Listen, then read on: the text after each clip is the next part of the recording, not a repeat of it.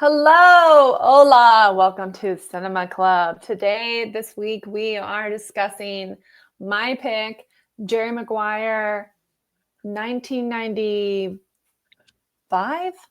I'm settling down on myself. 97? Anyway, Cameron Crowe. Cameron Crowe wrote and directed this, what a lot of people call a rom-com. I would argue that it's a rom-com. But I picked this because I haven't seen it for two reasons. One, I haven't seen it in a while. And it used to be a comfort movie of mine that I watched on repeat in college and that I loved. And two, I picked it because a couple weeks ago, I had been talking with Steve and Dino about Tom Cruise and how they were both saying they hadn't really seen Tom Cruise movies. And I was like, I think that this is one of his best roles. So, or at least from what I remember. So I thought it would be the perfect pick. And I'm really glad I picked it. I loved watching it, but I really want to know before I get into my first thoughts, let's go to Marina. What's your first thoughts, your first impressions? Right. Yes. So this is my first time watching the film. I may have seen like clips before, but overall I had zero idea what I was getting myself into. I like Tom Cruise. I've seen some of his like more mainstream like Mission Impossibles and maybe a couple of his earlier work, but there's a lot of like classics that you hear about a lot that I personally hadn't tapped into. So I was really excited to finally sit down and watch one of them. Like you hear it all the time, like, oh, Jerry Maguire, blah blah. And I don't know what I was expecting. I didn't even know it was gonna be like sports related or anything. I went into it super fresh. But overall my first impression was like it was really good. Like I'm not super big on sports movies, or we all know I'm very like female dominated when it comes to some of these films, but it still was really refreshing. It was still a love story. It was still like a bromance. Like there was a lot of things you could fall in love with this movie, and I really enjoyed it. Like just like really crisp original idea, and I I really liked getting to know his character, seeing it evolve, and then getting to know the assistant slash girlfriend slash wife slash mom. Like I really enjoyed her character too. She's another actress where like I haven't really watched a lot of her like a lot of her firsts, so it was kind of cool to kind of feel like it was a two for one of seeing both of their work when they were a lot younger. And then yeah, cute kid. Like there was a lot of things to love about it. It was definitely like early '90s feels with like the happy ending and like the making the right choices. But yeah, really good first impression. Okay, now to Steve. First impression and initial thoughts. Alrighty. So since it's a sports movie, I'm also not big into sports necessarily. I'm gonna describe this with between first half and second half. My first impressions. First time watching the movie, the first half of the movie, besides the scene of "Show Me the Money," for me, I thought it was slow. I honestly was like, I might not be into this movie, but the second half of the movie hooked me in. I think it was the stronger parts of the movie because it just concentrated a little bit more about relationships and all those things versus in the beginning, you know, Tom Cruise just being a dick, I guess, and like, being around all these women and all this stuff. And like, and then taking the fish, like all this stuff was just that for me. Like, I'm rooting for this guy in any capacity. Um, Also, I'm shocked personally that like like I don't know against who he competed with, but I'm surprised he won the Academy Award for this. He did a good job, don't get me wrong, but like I was like maybe the competition was weak this year or something because I'm like he did okay, but that's just me. The kid, of course, cute, cute. He probably booked it off the audition, and they just wanted to see him on the callback if he showed up. Um, and Yeah, overall, and definitely, I can see now why this movie has like definitely very key defining moments that are very quotable. That I definitely heard people either quoted in an improv scene or just regular stuff or online. Uh, the Show Me the Money, of course, is classic, but there's definitely other quotables around the movie that I'm like, oh, that's where it comes from. That's cool to know. But yeah, those are my first impressions. Okay, thank you. Now on to me, my first impressions. Okay, I loved this movie back in the day, and when I was rewatching it, it still stands as I think I loved it more than both of you. It sounds like you guys both enjoyed it, but I really loved it. I felt like this movie to me is like almost perfect. It had everything. I like that it's something we don't normally see. I like the sports. I like the angle of it as a sports film, like that it's not necessarily focused on the athletes, that it's about him as the agent, which is interesting. I think normally when you see something like a movie about an agent, it's like related to Hollywood. So it was nice to see just like a different kind of industry. And I don't really think there's any other movie that does that. That like has like that's about a sports agent. So I like that as a story. I think it's interesting. I think he's such an interesting character. And I think Tom Cruise plays it better than anyone could play it. And it makes perfect sense to me why he was nominated for an Oscar for it. Because I think that this is probably, in my opinion, like the closest to what Tom Cruise is like as a person, or at least back then was, because Jerry Maguire has this like, he's obviously a douche. He's obviously like his money and success has gotten to him. The power has gotten to him. He's like removed, but he wants to get back to what brought him into the industry in the first place, which was like his love of sports and this like pure feeling of like, of these special moments. And he like wants to be this guy that lives for the simple things, but he's so disconnected from it. So he's like trying to connect with it the whole movie, which I think is so interesting. And I think he does it so well, of like, he's really trying to like figure out how to live a more simpler, more like philosophically grounded life. But he is so removed from it that it is difficult for him, and he is constantly struggling with it. So I think he does that really well. I think like he plays a character really well. And I think it's just executed so well. I think the directing and the writing is so good. I think like when I was watching the Show Me the Money scene, my husband John and I kept like stopping it. We're like, this scene is insanely good. Like it is so fun to watch. And I feel like that's one of those scenes where like they completely struck lightning in every aspect. Like the casting is perfect, the energy, the charisma that Cuba Gooding Jr. brought. Like it's so awkward the way Tom Cruise is yelling, "Show me the money." He's like the whitest person in the world yelling it to this guy who's like, you know, black, and like really like it's just like the dynamic between them is so good. It's so funny. So I really enjoyed it, and I felt like it had like so many different elements in this movie that I think Cameron Crowe does really, really well as a director and writer that are really hard to do. Like the fact that so many people do call this movie a rom-com, but I don't think that the movie is about, it's not necessarily like, that's not the central story. Like the relationship he has with Renée Zellweger, that's not what the whole movie is about. That is a lot of the movie, but the movie is about more than that. It's about like a man searching for more and like trying to, you know, get back to his roots and to like become a more empathetic and real person. And seeing this around him and like examples like from Cuba, like watching Cuba with his wife and seeing that and wanting that and everything. So like there's a lot of these different themes in the movie that are done so well. Like there's elements of like drama and romance, and it's like really funny. Like I laughed out loud a lot.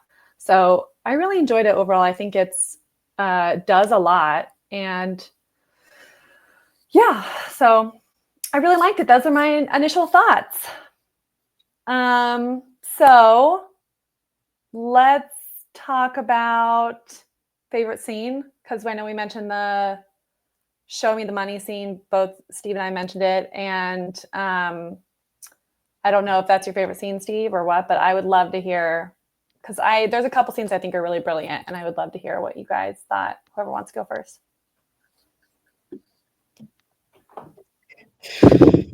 Favorite scene.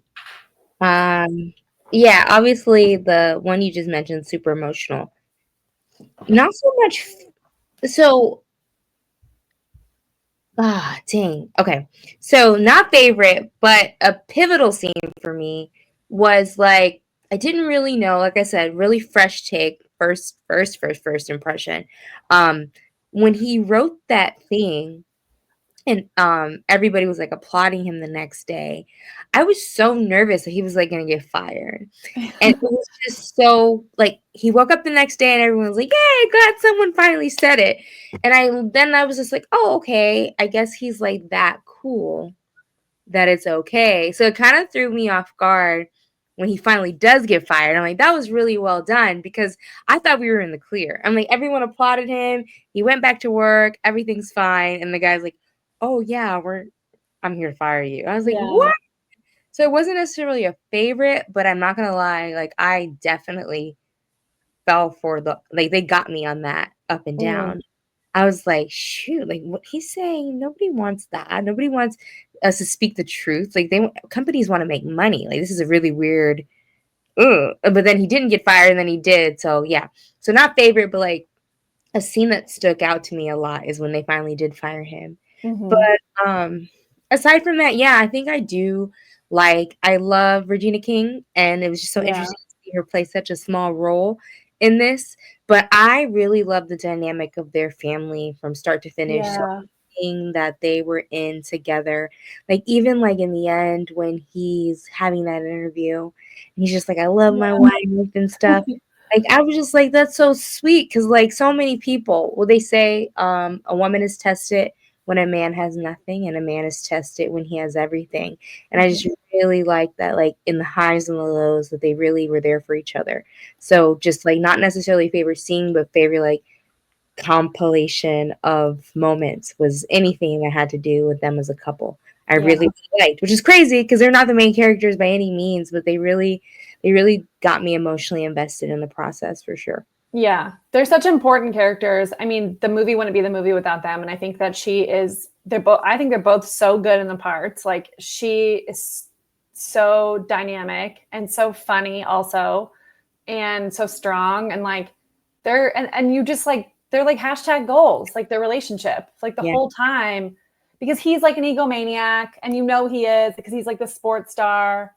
But then, and she's like, there's like really strong vocal woman, but then together they're so soft and sweet and like they lean on each other and they support each other no matter what. And they listen to each other. And you're just like, I mean, and that's good writing. I think that Cameron Crowe was like, Jerry needs to have a distinct example right in front of him of like what it's like to have a successful marriage, because this is something that he wants and he needs to see it right in front. So I think that's just like really good writing and really good acting, but I love their relationship.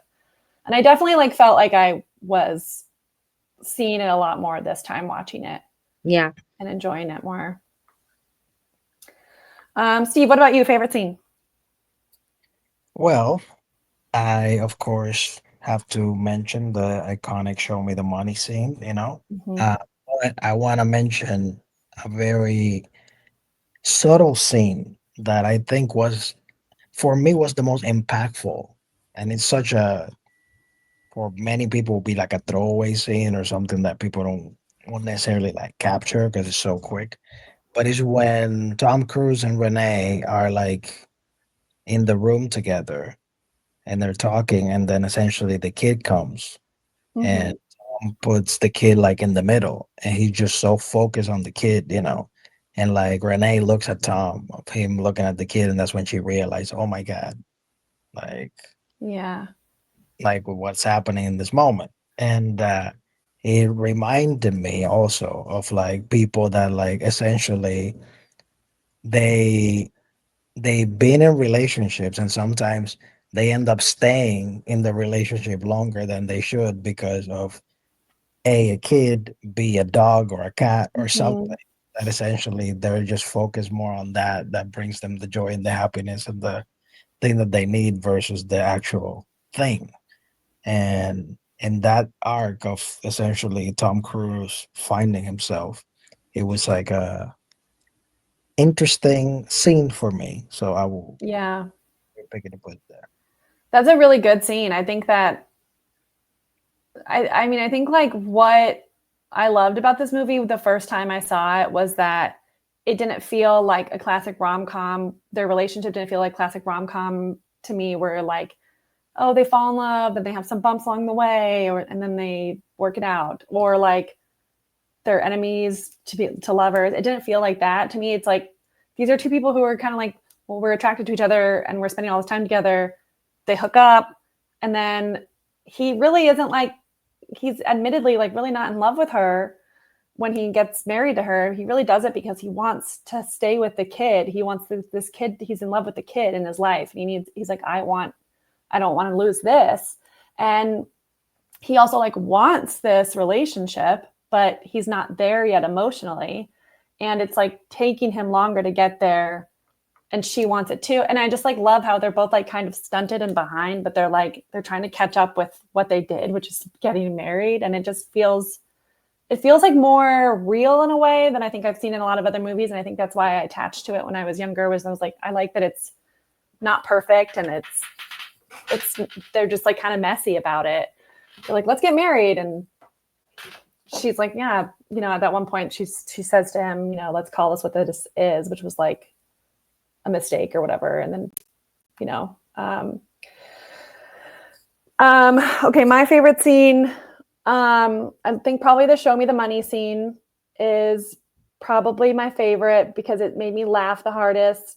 And I mean, I was just like straight up laughing. I think that Tom Cruise is so insanely funny in it. They're both so funny, but him screaming into the phone, show me the money. Like, it's just like the whitest looking person in the world, the whitest acting person in the world, trying to do this like very black thing. Because Cuba's like, show me the money. And he's like, show me the money. And he looks so awkward. And I just think that's really, really funny. But there's also like, there's so many good quotable moments that should get honorable mentions. Like the help me help you scene is so good and also so funny. And Tom Cruise like flipping out, the way he like kicks the wall. He's so frustrated. This is definitely physically the funniest I've ever seen Tom Cruise. Like, he's physically funny in this movie. He's like flails his body a lot. And then of course there's like the famous scene at the end where, she says, you hadn't yet, hello. But I like that scene. I don't think it'd be my favorite, but it's got to be mentioned. But yeah, maybe the help me help you is a very close second to the show me the money. Because it's just, it also, I think when you're watching it, you don't expect Cuba to laugh at him. So when Cuba starts like laughing at him, when he's like, help me help you, it's like Jerry feels like he's having this like real breakthrough moment with his client, and then he gets laughed at. And he's like, okay, all right. I just think that's so funny and like unexpected. You don't expect him to just suddenly bust out laughing at him and be like, help me help you. Like, so that one's really good too. I think like to an extent it was like a very interesting perspective on like the societal norm is like that white men have the most opportunity, right, in this country, and they get these jobs and a lot. So it's like it was really funny. Like, obviously I empathize. I don't wish bad on anyone at all, but it was just like, one, it was like kind of motivating how like this was like really crazy. He lost everything and he has such a positive mindset, and he still like dived into his clients, and he was just like, this is like, if as long as I keep at it, I'm gonna get the end result. So like in a weird twisted way, it was kind of motivating. Like, yeah, sometimes you have to think about like the bigger picture, even if you lose everything, and you have to know that you deserve it and you own it and it's yours. But yes, it was pretty funny that like I feel like he had like such a like a sociology perspective. Like, he's playing a guy that reads books like how to win people over and make friends, and like he just really thinks like, if I say this thing, this is how I move the room. And Cuba Gooding Jr.'s character was just like, nah, you need me, sorry. Like, it just was just such a funny thing to see, because like, I don't know why, but people that like, I feel like that they think that like there's always a right thing to say to control everybody. It's just, I just can't stand them. And so I think like Cuba's character was so real, because it's like, he doesn't fall for it, whereas everybody else is playing Yeah. the game. And the game is interesting, but it is very crazy that like the person that kept it real with him ended up being his best client, whereas people that are saying all the right stuff and pretending like to like fall for his stuff are the ones that ended up betraying him. You know what I mean? Whereas the guy who's like, nah, let's just keep it real, show me the money, ended up being the best for him and the one that's actually loyal to him in the end. Yeah. Yeah. Their relationship in the movie is it's so good. It's so fun to watch. It's like they really do have client agent relationship, and that line like feels really clear. But then when they kind of like start getting closer, like you could still feel them being like agent and client. Like you really can feel it still, but at the same time you can feel like the intimacy of like them both needing each other desperately. Like Jerry really desperately needing him, and Cuba needing to have somebody in his corner. Yeah. So it's really well developed, I think. Like when he turns down the contract. Oh, my bad. Oh no, go ahead. He turns down that contract and he's like, you know, I think if I play well or whatever, they could give me something new. And he's like, what? No. And he's like, believe in me. Like I believed in you. And just like, I felt that because it is true. Took a risk, man. Sugar, what his name was trying to Bob Sugar. Yep. It's such a great name for a character. It is. So, like I was like reading all the fun facts about this movie after I watched it because I was like, oh, I don't think I've ever like read all the fun facts, you know? And one thing that made me feel really good as a writer is that Cameron Crowe took 3 years to write this script, and which doesn't even seem like that long, but it does at the same time. I'm like, oh God, he spent 3 years, and he like, I don't know, like sometimes I beat myself up if I don't write something good in like a month. And so I'm like, he spent like a long time like making this perfect. And then, but also I read that, so he based like the Jerry Maguire character on a real agent and then the Bob Sugar character was based on somebody else who I guess was like trying to poach that guy's clients. And so, and would like do like openly try to poach them the way that Bob Sugar would. So, yeah, it's like funny to, and I don't remember the name of the real guy, but it wasn't as fun as Bob Sugar, but Bob Sugar is like such a fun name, like such a douchey agent name. Like you just know that guy's a sleaze, like Bob Sugar. I love that name. Okay, I want to know favorite characters. Bob Sugar. No, I was kidding. Because I mean, we got to talk about the kid also, who is so good. Like this might be some of the best kid acting I've ever seen. Which I remember when the movie came out, it was like a big deal. Everyone talked about this kid and how cute he was, and how funny he was, and how good he was, and whatever. And then Jonathan Lipnicki really did like nothing else. But I think it's just because he was like such a cute little kid, and I don't know. Yeah, he was the Stuart Little kid too, right? Yeah. I think he did that, and then I don't really think anything else. The kids were amazing in this. Like even Cuba's child. Oh my God, he was so funny in the scene where he's like destroying the office. Yeah. Yeah, we rewound that and watched it twice because it was so funny. We were like dying laughing. And Regina Hall just like going off on Jerry, and in the background the kids just like you're like destroying what you know is priceless sports memorabilia. Yeah. Both of them were really, really good. Favorite character. I have to say, no, I don't know. I don't know. Why am I spotlit? No. I think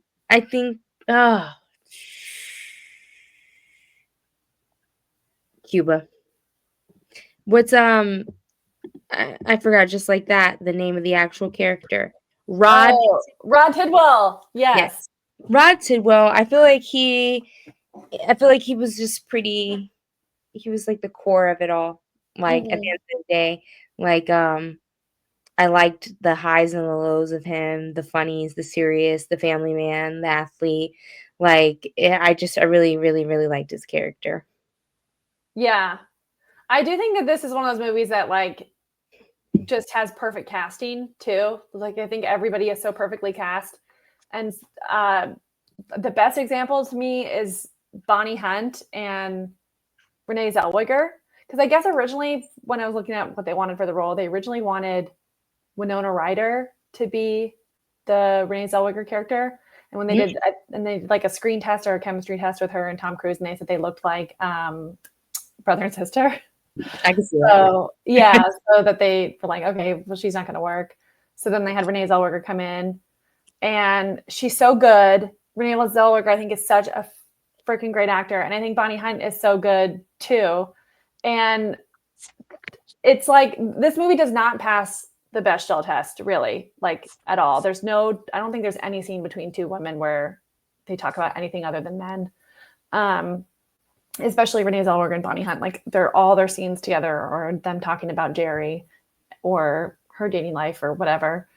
But I feel like even though it's kind of their dialogue is kind of trite and definitely written by a man and not like that original, I feel like they make it so real and grounded and honest, and they're so perfectly cast that it doesn't make me want to gag. Whereas like a lot of times I watch these kind of scenes between women and I'm like, oh my God, like it's so painful. Like it's so obviously written by a man, and it's like, just, oh yes, they're talking about guys, but they are really good actors. And so I thought they did a really good job. And I feel like this whole movie is just so perfectly cast. Like, I think Tom Cruise is great, and Cuba Gooding Jr. is great, and Regina Hall and them. And it's just, there's like a Jonathan Lipnicki. Like what other kid would be that charming? He was so good.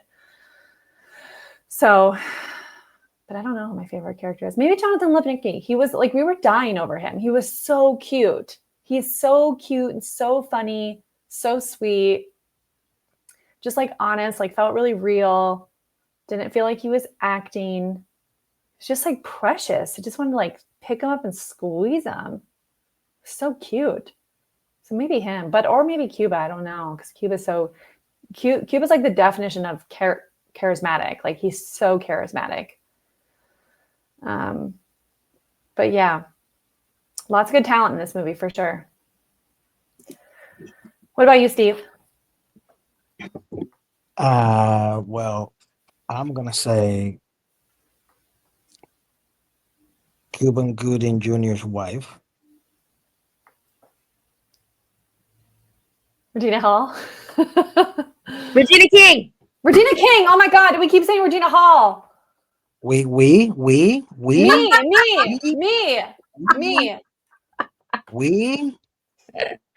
The first time I was like, I'll let it go. I'm seeing Regina King's face in my head, but I'm saying Regina Hall. Oh my God. Isn't Regina Hall from Scary Movie?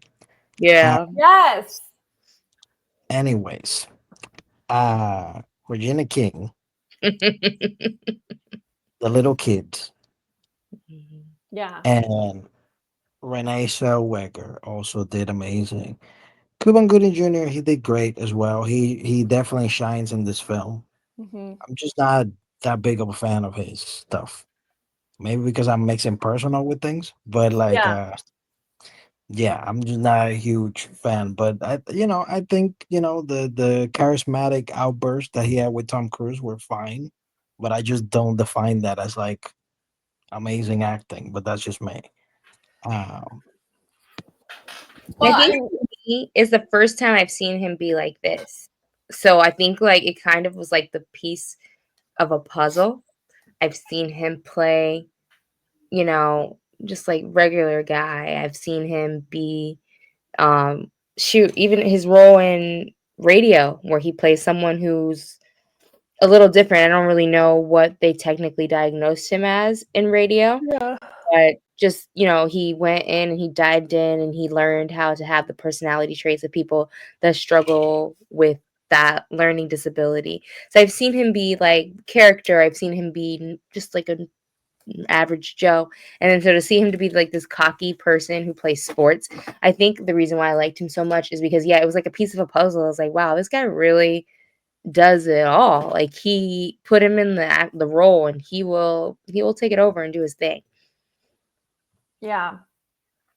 Yeah, I thought he was really, really fabulous in it. But I'm glad you also mentioned Renée Zellweger too, Steve. Like, I just think she's so good. Like, I know she's won Oscars, but like, I still think like we don't talk about her enough as like an actor, because everything I see her and she blows me away. I'm always like, God, and sometimes I don't even think she's doing that much. Like in this movie, I don't think she's not doing the most, you know. This isn't like an Oscar role.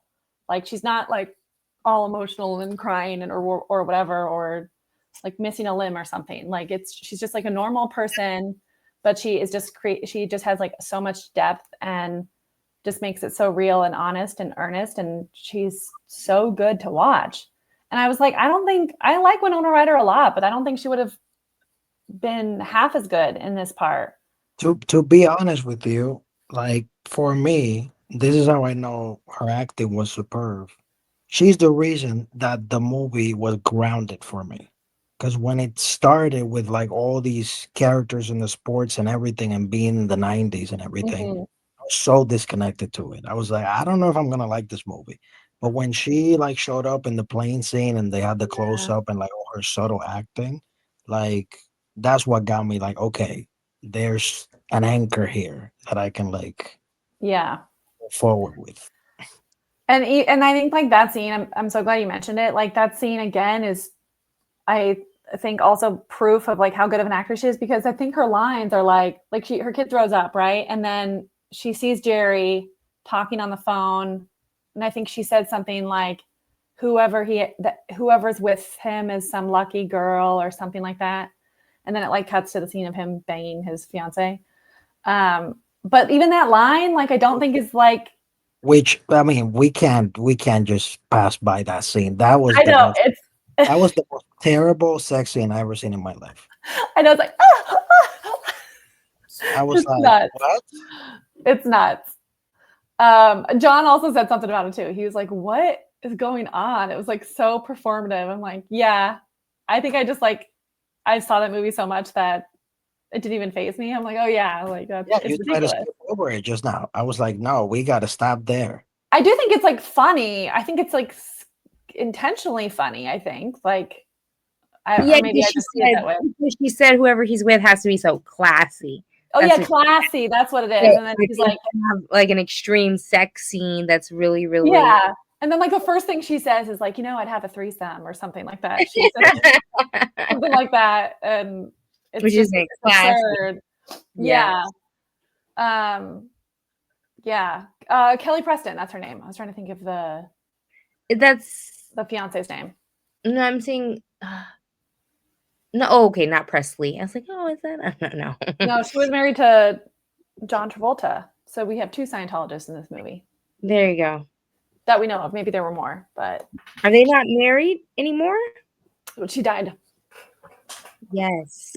She died like, I want to say like 4 years ago or something like that. She died during COVID. Yeah. But yeah, so 2 Scientologists. I wonder if there's some kind of Tom Cruise got the part and then was like, you got to get another Scientologist in here. But she also was good in the role. Like I thought she was really good too. I mean, she's kind of ridiculous. That character's ridiculous, like she's so dramatic. She like calls him a loser. She's like, you are not a loser. And then later she's like, loser. And it's really over the top. And her punching him in the face is like insane. Like there are things in this movie that would never be written into a movie now and would never happen now. Like a woman punching a man that hard. Like she like kicks his ass. Like that is like a domestic violence scene. And it's like done so like tongue in cheek. It's like funny almost that like she's like, oh, Jerry. And then she kicks his ass. And he's like, yeah, I got a black eye. Oh, yeah, Avery's mad at me or whatever. It's like just so the 90s. Oh. Yeah, I feel like that scene wouldn't like be written like that now. I don't know. Another fun fact about this movie that Cameron Crowe originally wrote it for Tom Hanks, the part. And Tom Hanks, I think, was originally going to do it. And then he when it finally got into production, Cameron Crowe felt like he was maybe a little too old. And also he was, I think, doing That Thing You Do. I tried to remember the name of it. He was already like working on That Thing You Do at the time of production, so he couldn't do it anymore. But because John and I, we were talking about this role, and we were like, who else do we think could play the role as well as Tom Cruise in the 90s, like when this was cast? And we were looking at all the other people they considered. Like they considered Sean Penn, who I think would have been awful. And there was like a bunch of other people that were like, no, like Ed Burns. I don't think Ed Burns has like the depth for this. But we were like, Tom Hanks is probably the only other person I think. How about Keanu Reeves? I don't think he was considered for the part. But I think he could have been fun. Yeah. Yeah, I think he could have been fun in the part. He might have been a little bit too. He has a very like neutral thing. Like, not to say that Tom Hanks is like, I mean, Tom Cruise is like Juilliard trained or anything. No. But like, I feel like Tom Cruise does like crazy well, whereas Keanu, like even when he's crazy, it's like he's like one face only, whereas Tom Cruise is like and I feel like if those moments where he spazzed out, Keanu been like, that's really messed up, man. Show me the money. Show me the money. Impression. His face doesn't move, and it's my only thing. I was thinking maybe like, I don't know, like even I think it is what it is. It was perfect because like I don't know who was considered or not, but I was thinking maybe like a Brad Pitt or I don't know, like I don't think Brad Pitt would have the what's the word, like this. I don't think he would want to look so bad because I don't like Tom Cruise obviously looks good in this movie, but like he flails around, you know, he's like physically flailing. He's also playing a kind of a pathetic character for part of it. And even like, I guess that was something else I read where Cameron Crowe was like worried that Tom Cruise wouldn't be interested in playing a loser or whatever. And apparently Tom Cruise was like, I'm desperate to play a character like this. Like he really wanted the challenge. So I don't know if like, because Brad Pitt was like such a pretty boy back then. Whereas like Tom Hanks, you've seen Tom Hanks in roles where he like, you know, gets ridiculous and stuff. And I could see him kind of doing this and also bringing like deep empathy to it. But I just think that like Tom Cruise has that special like removedness that really works in this part. Yeah. Steve put Ryan Gosling in the chat and I almost throw up. Well, he was so young back then, but like nowadays I could see him doing it now. I think Ryan Gosling is great. I love him. I do not understand the hype with Ryan, but I love him. I'll let him cash his checks. Everyone deserves a job. Just can't. He will never stop being the cornball in the locker room on Remember the Titans for me. So for him to turn into like a sexual icon that everyone feels is attractive is so weird. And I think he's a good actor. I think he's so good. Have you seen Fall Guy? He's so good. Fall Guy is the movie you're gonna pick. He's so good in that movie. He's so good and he's so good in Barbie. I love him in Barbie. Let's talk more about Ryan Gosling's role. Steve, make the Ryan Gosling moment.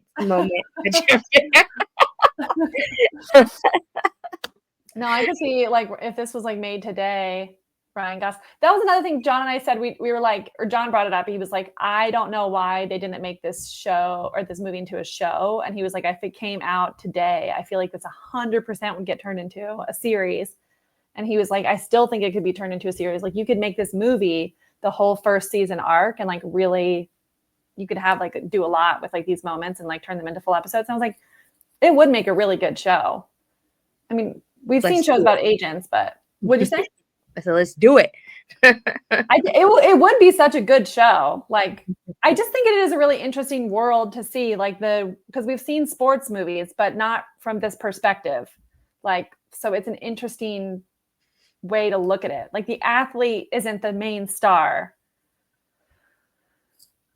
So that's just interesting to me. For sure. Yeah, I liked it. It was original. I love a good original concept. That's for sure. I definitely see what the hype was for it. I don't know why I had never tackled it. But yeah. That felt like a Steve joke.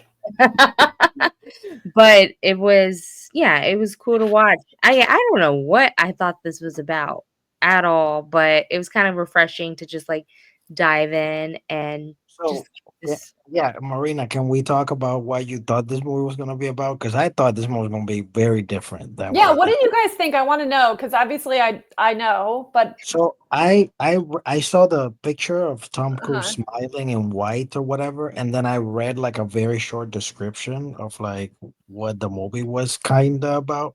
It was very vague what I read, so I thought Tom Cruise was going to be a murderer. Like Oh. that's what I thought this movie. I was like, okay, but then I was like, oh wait, this is a very different movie. What- Or is it? Dun, dun, dun. I don't know. I thought he was gonna be younger. I thought maybe like it was gonna be like some guy in high school. Like it gave me very like Breakfast Club vibes from the cover. Uh, Mm, like, don't you? He's just like smiling. It just was like, yeah, yeah, I don't know. Yeah, I don't know why I never even heard. Like I yeah. mean, when I watched him, I was like, oh, the movie with Cuba and about the sports thing. I was like, oh, okay, I would think that you guys would think that it was going to be like a straight up romance based on like the quotes, like Well, how you had me at hello. I've never even had those. I've never heard those quotes before. Oh my Like God, really? In the had 90s, no. it was like such a thing that like I mean, I 20 heard that, but I didn't. made a song called You Had Me at Hello. I mean, yeah, but I never knew it came from this. Like, I thought it Yeah. was just some random thing. You know what I mean? I never heard like, oh yeah, that Jerry Maguire quote. Like Yeah. I've never heard that before. So it was a very. I jumped into this super fresh, no idea. Like I said, I love thought maybe that. it would have been high school love story or something. Like, especially because I always mix it up with the one where he has like the house party or something, like with the socks. I thought, Oh, Risky Business. yeah, I thought this was that. And then I Gotcha. was like, oh, just kidding. Risky Business is another movie. So once I realized it wasn't Risky Business, I had zero idea what I was getting myself into. I was like, well, again, never saw it. So yeah. But it was fun. Usually that gives me anxiety, having zero clue about the premise, but Oh my if God, really? I love that. That's oh, like one of my favorite things is if I go into a movie knowing nothing, I'm like, I no, love I that. die a little bit in size. I'm glad it wasn't like mind-boggling because Yeah, sometimes it's not like it's not like watching Inception for the first time, which I'm yes, still like, what the and hell is that? no one telling you that it's psychological and watching Inception, you would probably jump off the same building the wife did. But I'm glad it's very easy to pick up on for sure. Yeah, definitely. Yeah, Renée Zellweger and Bonnie Hunt weren't talking about rocket science or anything. A dream within a dream or anything. But it was Yeah. cool to see Jurassic Park / Beethoven mom. Like interesting seeing her be so not Jurassic Park, Jumanji / Oh, Jumanji. I was like, Beethoven. she was in Jurassic Park. I was like, wait a second. The dinosaur ate her, and I was Oh, kidding. she was in Beethoven too? Wasn't she the mom of Beethoven? I don't know. Bonnie Hunt had like a moment in the 90s where she was like in a ton of stuff. And then she had that short-lived show and then she just kind of disappeared and stopped doing No, anything. she's definitely Beethoven mom. Oh, Yeah, wow. yeah. She just had short hair in that. Oh my God, I totally forgot. I think you're right. Yeah. Wow. So it was kind of cool seeing her in something small. I feel like anything that I've ever seen her in, she's like the mom, or in Jumanji, she's like the aunt, right? That they go stay with. Like she gets custody over them because their parents Yes. died or whatever. We watched Jumanji. So it was just like seeing her just be like this person with a few lines every once in a while, trying to keep Renee on the right path. It was kind of cute to see because I know, I mean, it goes to show with their acting, man. Like when someone gets labeled as like a mom, it's kind of cool to see them acting in a role where it's like, oh wow, they are actors. They're not just like a mother or an aunt. Like they can play a sister or a friend, and so I really Yeah. enjoyed seeing her in this different angle. Yeah. Yeah, it's fun seeing like I mean, I don't know, like I said, I don't know what Bonnie Hunt's still acting. I never see her in anything anymore, but like seeing like Renee Zellweger, this is like the movie that launched her, like that made her a star. So, and that's fun. Like being like, oh, she was this good back then. Like she really was. I have looked her up, and it looks like she's over the past few years, she's done a lot of voice acting work. Bonnie Hunt? Yes. But ironically enough, I don't know if you guys saw that movie, Red One. No. She's Mrs. Claus in that. I really Oh, liked that movie. It's about like Santa Claus like getting kidnapped or something, and so I but know that she made this movie, I want to say it was like 98 or 99, I don't know, called Return to Me. And it's with David Duchovny. It's like a romance movie. It's David Duchovny and Minnie Driver are the leads. It's really cute. And she also has a small part in it, and she directed it. I don't know if she wrote it also, but she directed it. And I think it was like maybe the only movie she ever directed. And apparently that movie, because she's like a perfectionist, she's like OCD or something. I don't know if she's diagnosed or if she's just like a perfectionist, but that movie gave her so much anxiety that she like took a huge step back from the industry after that. Gotcha. And I don't know if she just like, I didn't know if she had quit or not, but I know that she like really like checked out for a while after that movie. Funny enough, it seems like, because you said it was 98. I mean, aside from like the Cheaper by the Dozen remake, she is pretty much 90% of her work after 99 is voiceover work. Like she's in Cars. She's Sally's voice in Cars. She's in Monsters Incorporated, Zootopia, Toy Story 4. A lot going on. But then last year, funny enough, that's when Red One. I said they are better gigs. You just go to the studio 1-2 days and you get it done, you know. I mean, that is honestly a good gig, especially if you're like, I don't know what, if Return to Me traumatized her or gave her anxiety or something. Maybe she's like, I don't want to go back to set, but I will go into a booth and get paid. Like, that's great. Yeah. She had such a calming voice. Like, even like, I feel like it's such a good voice in this one to be like the voice of reason for her. Were they sisters in this movie? Yeah.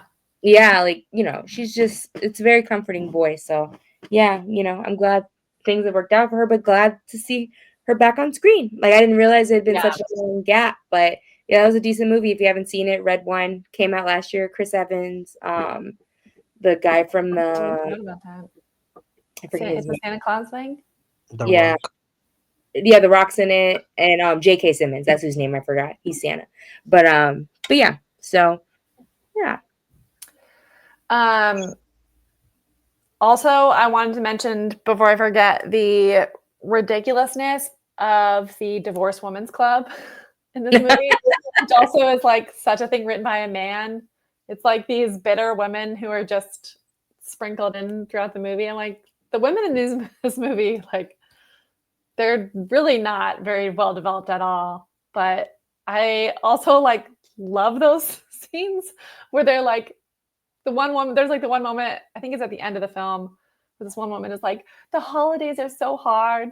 They make me eat, you know, all the chocolate eating, and it just makes me feel more divorced. And it's like the most man-written line for a woman ever, but I still think it's really funny and like so ridiculous that all the chocolate eating makes her feel more divorced.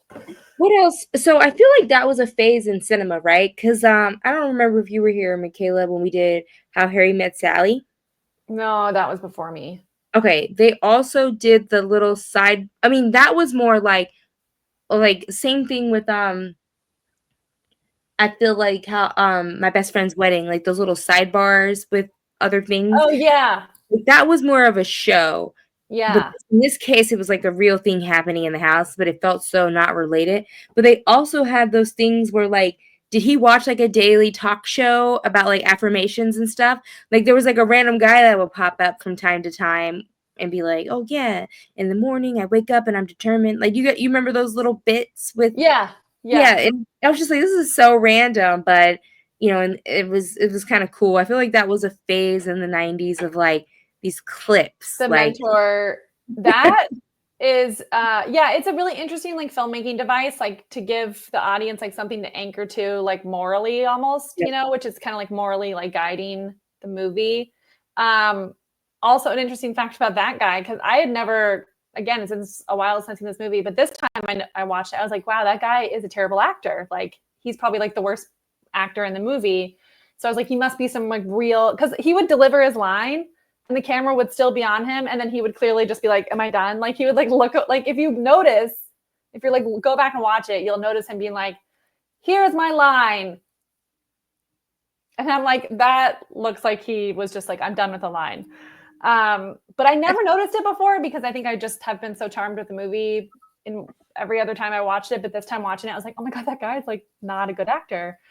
I wonder if he's a real person. And I looked him up and apparently he is like, he worked at Sony or TriStar or something, which became Sony. I don't know, but he was like a real guy that Cameron Crowe had to beg to do the part because I guess he wanted his real life mentor to do it, who is some director, I can't remember. And then the director would like refuse to do it. Was like, I won't do it. And he like kept begging. He had Tom Cruise come in and beg the director. The guy was like, no, I won't do it. And so then he had some meeting at Sony and this guy was there and he was like, will you do it? And he was like, So he just like kind of convinced this guy to do it. I think he just wanted a real person, which is interesting because he doesn't feel like an actor. He really does like feel like a real person. It does like give it that quality. Yeah, I thought he was a real public speaker. Like I thought they took clippings from somebody's like actual show. Like an actual, like here I'm giving you advice or whatever. Because it does have that feeling of like not delivering a line. Really not making the lines work. He's like, here's the thing I'm supposed to say. I said it.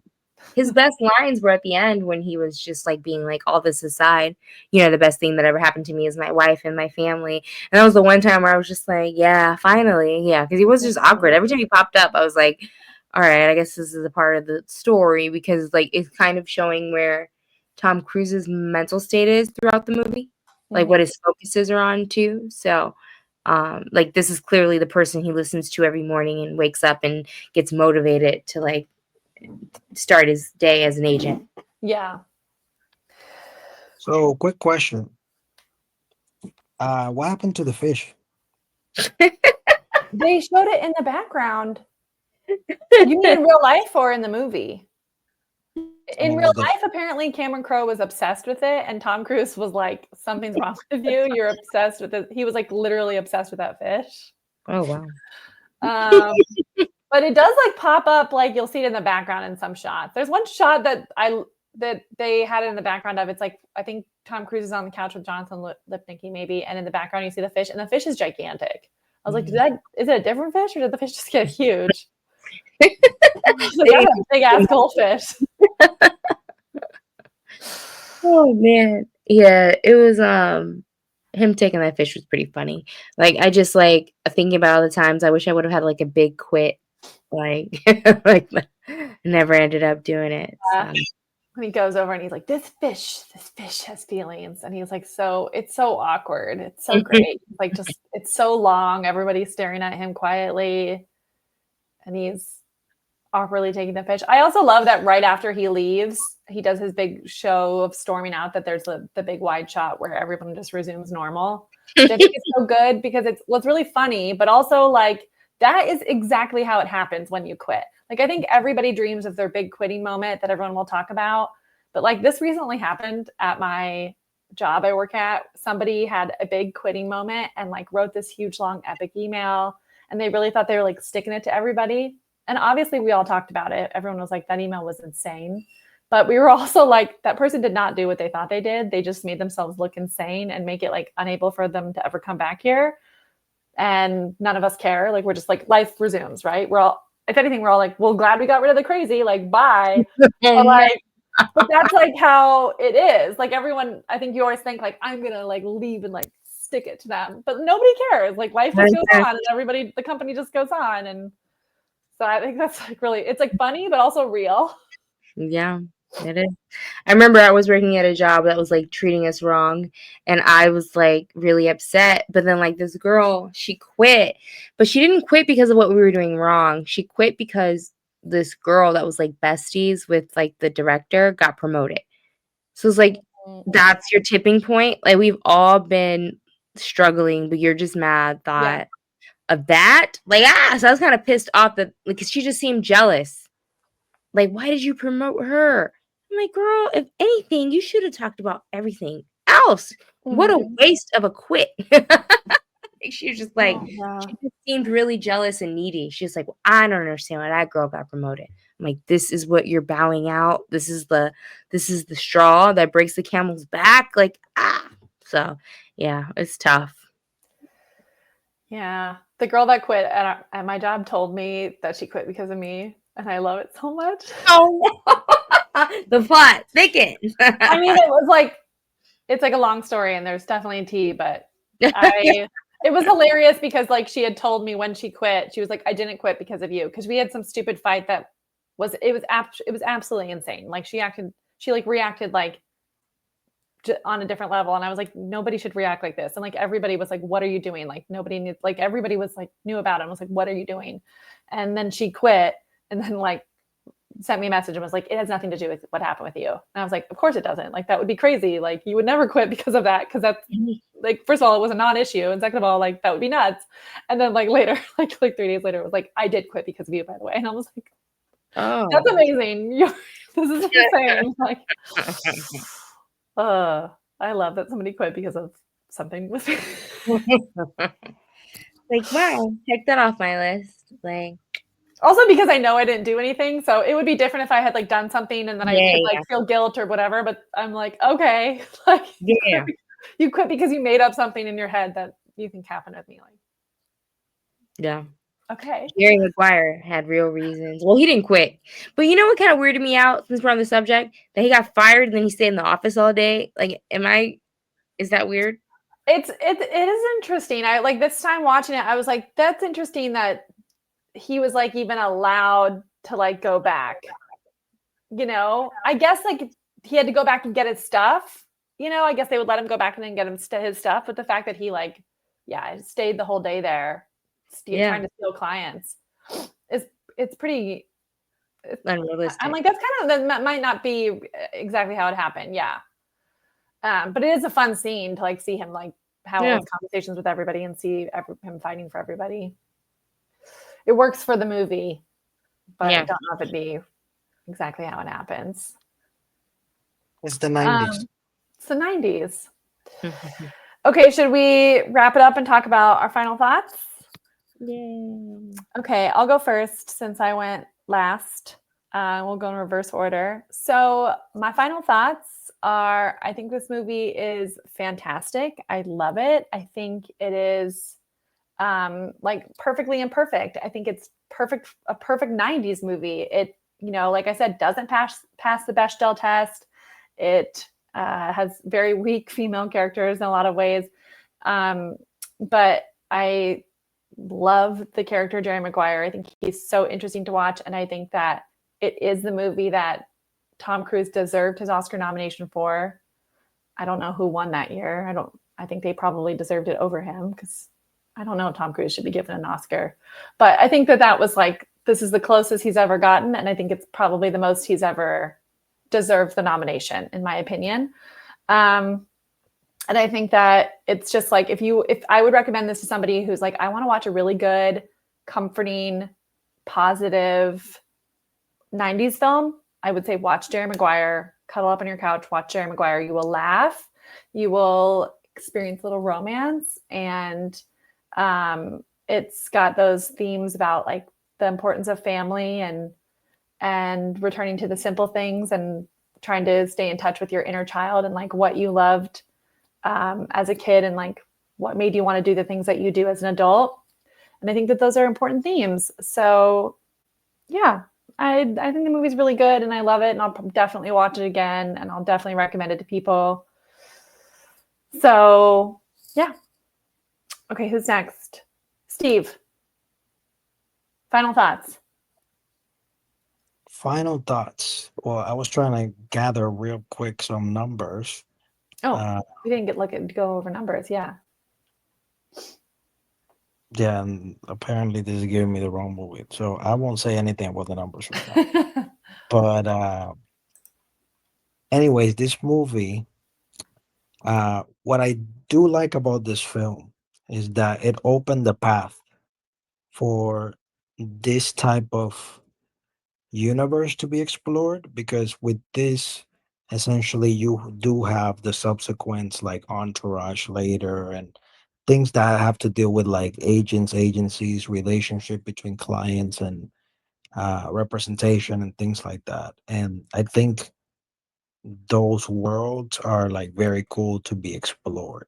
I had no idea that this was Renee Zellweger's basically breakout role, but I can understand why she killed it. She did amazing with the little she got, essentially from the film. Like every moment you can see, like that's when you can tell it's great acting. It's like when an actor just takes every moment and just makes it very unique and stands out and grounded. And I think like her involvement in the film made it very, very grounded. Because if not, it would have been a buddy film between Tom Cruise and Cuba Gooding Jr. just taking over and doing crazy stuff and stuff. Uh, and yeah, and I honestly also believe that Regina King uh, did an outstanding job. So unlike, well, Michaela mainly mentioned about the writing, which yeah, I do agree. But the women for sure, at least those two, like really grounded the movie for me, and they Mhm. were heavily needed. So kudos to them for making this movie so enjoyable and watchable and grounded in that aspect. Um, yeah, overall, I'm not really huge into sports films, but the fact that this wasn't necessarily based on it, uh, it was really cool. The only part, man, and maybe it's because we live in 2025 now. Maybe it was more impactful in the 90s or something.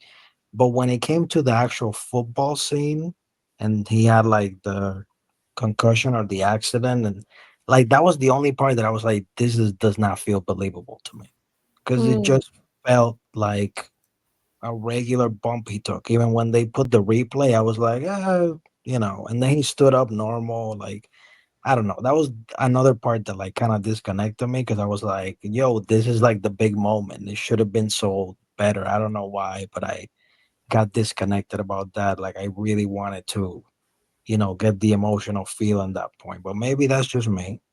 Uh, but overall, good movie. I can see why it's quotable. I can see why it's in the zeitgeist of the core, memory of a lot of people. And yeah, I can't believe it's my first time watching it. Still doesn't really convince me to watch more Tom Cruise movies, but I'm glad you tried, Michaela. I'm glad you tried. Honestly, this is the only one I think like you should watch. Like the other ones, I'm like, take it or leave it personally. But I do have numbers really quick because I looked them up. The budget was 50 million and it grossed 273.6 million worldwide. So it was a box office smash. And it looks like it was nominated for 5 Oscars. Which now that we were talking about Regina King, I'm like, I feel like it's shitty that she wasn't nominated because she was so good. She should have gotten a best supporting actress nomination. And I think today, like if this movie had come out today, I feel like maybe they would have campaigned really hard for her and maybe she would have gotten one, but the 90s. Okay. Marina, what about you? Oh, you're muted. I just said the greatest thing ever. You'll never. My final thoughts pretty much align with my initial thoughts. I really liked it. It was refreshing.